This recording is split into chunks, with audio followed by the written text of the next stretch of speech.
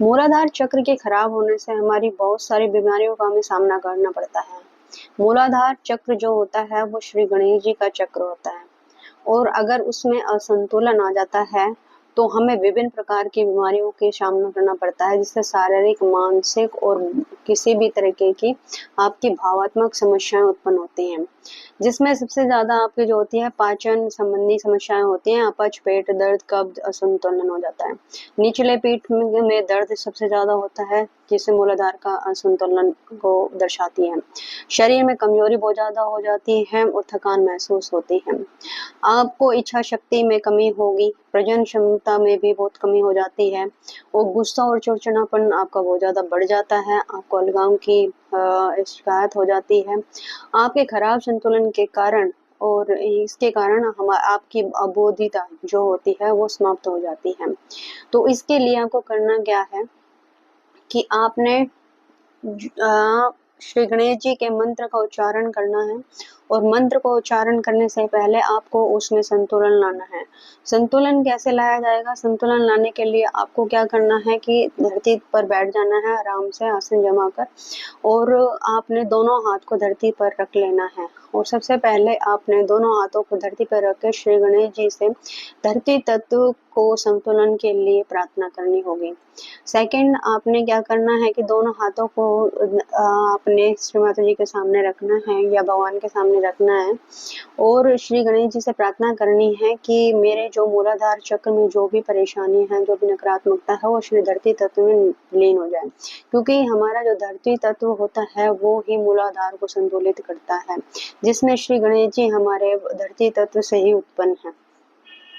Third, हमारा क्या होता है कि जब आपको थकान महसूस होती है, चिड़चिड़ापन बहुत ज़्यादा रहता है, आपको गुस्सा बहुत ज़्यादा आता है, आपका भावनात्मक जो संतुलन होता है वो असंतुलित हो जाता है कि आपको बार-बार बातों पे रोना आता है या आप निराशा की तरफ ज़्यादा बढ़ते हो, जब आप भूतकाल के बारे में ज़्यादा सोचते हो, मतलब जो बातें आपकी बीत चुकी हैं उन बातों के बारे में अगर आप ज़्यादा सोचते हो, विचार उन पे सबसे ज़्यादा करते हो, तो भी वो चक्र पकड़ जाता है।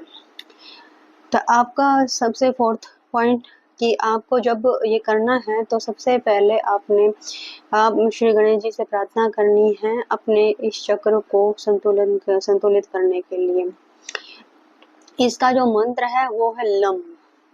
आप थोड़ी देर बैठे शांति से और श्री लम मंत्र का जाप करें और सबसे बड़ी चीज है कि इसमें गणेश अर्धा स्तोत्र का पाठ डेली करना शुरू कर दें।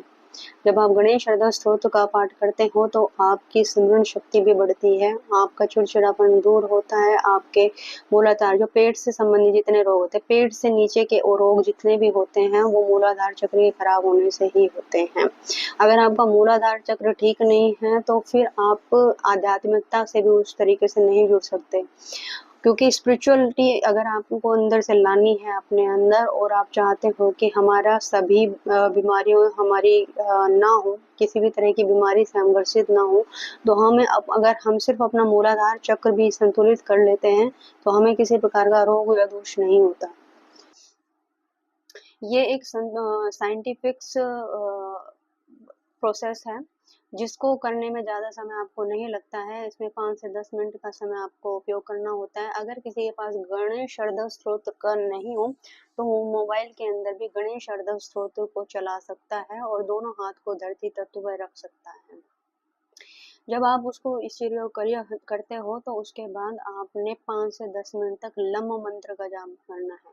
वैसे तो हमारी ये जो लम मंत्र है वो हमारे जो मूलाधार चक्र होता है 4 पंखुड़ियों से हमारा बना हुआ होता है और अगर हमारा ये बैलेंस में होता है तो हमें बहुत सकारात्मक बना देता है, पॉजिटिविटी की तरफ हमें लेकर जाता है, हमारी बीमारियों से हमें छुटकारा देता है, हमारी इम्यूनिटी सिस्टम को बूस्ट करता है, हमारी याददाश्त बढ़ने लग जाती है और हमारा जो अपच की समस्या होती है या पेट संबंधी किसी भी तरह की अगर आपको, क्योंकि सभी जो रोग होते हैं वो पेट से ही संबंधित होते हैं और जो पेट से संबंधित रोग होते हैं चाहे वो पेट दर्द हो, अपच हो, गैस की समस्या हो, सर दर्द हो, आपकी याददाश्त कम हो, आपका किसी भी तरीके की जो ऑर्गन्स होते हैं उनमें अगर किसी तरह की प्रॉब्लम है तो उसके लिए मूलाधार चक्र को स्ट्रॉन्ग करना पड़ता है, मूलाधार की चक्र बाधा दूर करनी पड़ती है। तो श्री गणेश जी का तत्व है, अगर श्री गणेश जी हमारे मूलाधार चक्र में संतुलित रहते हैं तो हमें हर प्रकार की सुविधा मिलती है, हम बिल्कुल सकारात्मक रहते हैं। और यही नहीं, हम जो रेमेडी करते हैं, जो चैंटिंग करते हैं, उसमें भी हमें फ़ायदा होना शुरू हो जाता है, वो हमारी फुलफिल होनी शुरू हो जाती है, ओवरऑल हमारी ग्रोथ होती है। तो ध्यान रखें कि मूलाधार चक्र को संतुलित ज़रूर करें। लम मंत्र का अगर आप ज़्यादा बार चैंटिंग नहीं कर सकते तो सिर्फ 4 टाइम हमें चैंटिंग करनी है, लम लम लम लम, इस तरीके से। लेकिन दोनों हाथ आपने धरती तत्व पे रखने हैं। और दूसरा, जो रखोगे हाथ इस तरीके से आपने हाथ को रखना है, ऐसे दोनों हाथ को धरती तत्व पर टिका के रखना है। और उसके बाद जो गणेश स्तोत्र को आपने सुनना है, और अगर आप पढ़ सकते हो तो उसको पढ़ भी सकते हो, वो भी बहुत अच्छा रहेगा।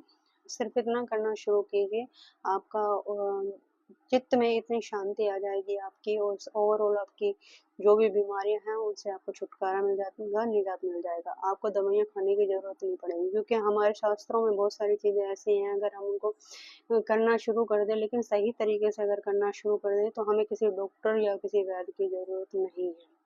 मिलते हैं नेक्स्ट वीडियो में, तब तक के लिए जय श्री राम।